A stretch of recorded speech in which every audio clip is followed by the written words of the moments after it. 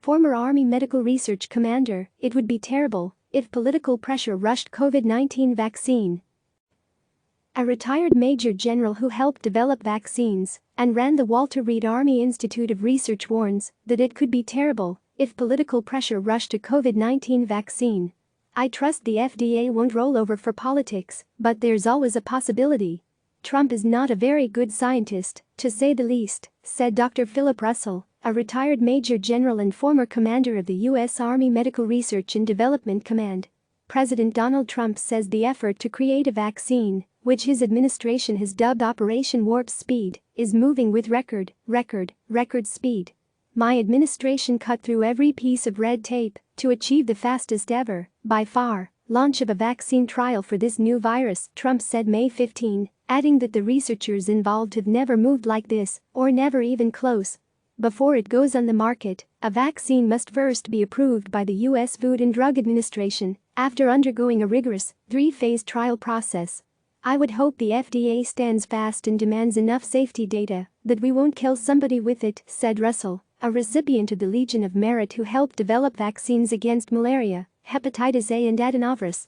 Writing in the New York Times Monday, a University of Pennsylvania professor whose team developed a vaccine for rotavirus and a former White House health policy advisor under President Barack Obama said they have concerns about political pressure to rush a COVID vaccine.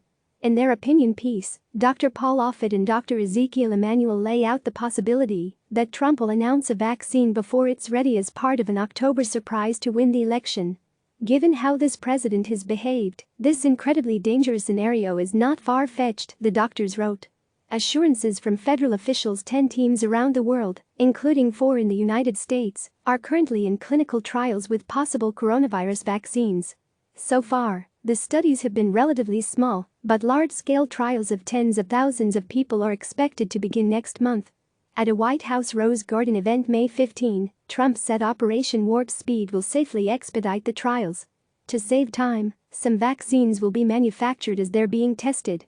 If it turns out they don't work, they won't be used. Dr. Francis Collins, director of the National Institutes of Health, told CNN that if all goes well 100 million doses of the vaccine would maybe be available by early next year. When asked if political pressure could push a vaccine out before it's ready, Collins gave his personal assurance that a vaccine will not be put on the market before it's ready. As a scientist, a physician, and the director of the National Institutes of Health, we will make these decisions solely on the basis of the evidence for individual vaccines. This will not be influenced by other factors that might put people at risk, he said. I want to assure everybody who's heard the words warp speed and worried that that means we're cutting corners on safety, that we absolutely will not do this, Collins added. No vaccine is going to be put forward unless it's been checked out very thoroughly, both in terms of is it safe and does it protect you. He added that, if any of these prove not to have absolutely convincing safety profiles and effectiveness profiles, then we are not going to be going forward with that vaccine. Concerns about anti-vaxxers. Collins noted that some Americans might say no to a coronavirus vaccine. I'm a bit concerned to see there's a fair amount of skepticism in the American public about whether or not they would take such a vaccine, he said. We won't get past COVID-19 unless we have a substantial majority of our public ultimately rendered immune. A CNN poll in May found 1/3 of Americans said they would not try to get vaccinated against the coronavirus, even if the vaccine was low cost and widely available.